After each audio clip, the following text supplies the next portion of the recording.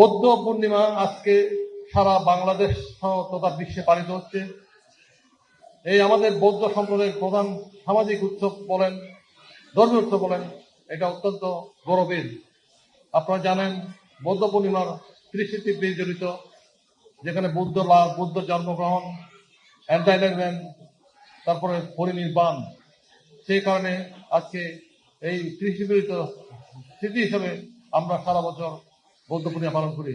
আপনারা খেয়াল করেছেন কিনা জানি না, আজকে আমার খুব মনে পড়ছে আমাদের দেশ নেত্রী বেগম খালেদা জিয়াকে।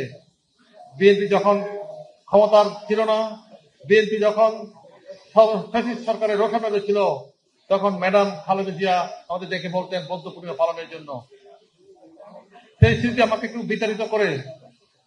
উনি যদি আজকে বেঁচে থাকতেন তাহলে আজকে অবশ্যই বৌদ্ধ পূর্ণিমায় জয়েন করতেন।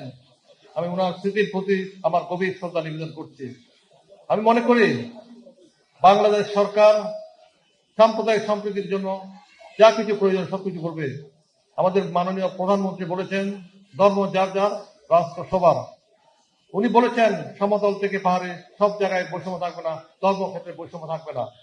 আমরা নূতন গড়ার পথে উনি ডাক দিয়েছেন সবাইকে সাম্প্রদায়িক সম্প্রীতির মাধ্যমে এগিয়ে যাওয়ার জন্য। আমরা মনে করি এই বাংলাদেশে আমরা ধর্ম বর্ণ নির্বিশেষে, জাতি গোষ্ঠী নির্বিশেষে আমরা কিন্তু ওই বা আবহমান কাল থেকে সাম্প্রদায়িক সম্প্রীতির মধ্যে বসবাস করে আসছি। আমি মনে করি এই সরকার অত্যন্ত নিরাপদ। কেন? বাংলাদেশের জাতীয়তাবাদীর ভিত্তিতে নূতন সরকার করার প্রত্যয় করেছেন।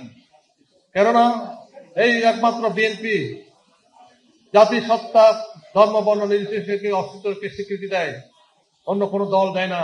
সেই কারণে আমি বাংলাদেশের জাতীয় আদর্শের প্রতি এবং এমন একটি দল, এই দল সমগ্র জনগণকে ঐক্যবদ্ধ করার প্রয়াস রাখে। আমি বলতে পারি এই সরকার সাম্প্রদায়িক সম্প্রীতি রক্ষার জন্য যে এই যে ঐতিহ্যগুলো তুলে ধরবে, এবং এই যে বৌদ্ধ পূর্ণিমা একটা ঐতিহ্যের সংরক্ষণ।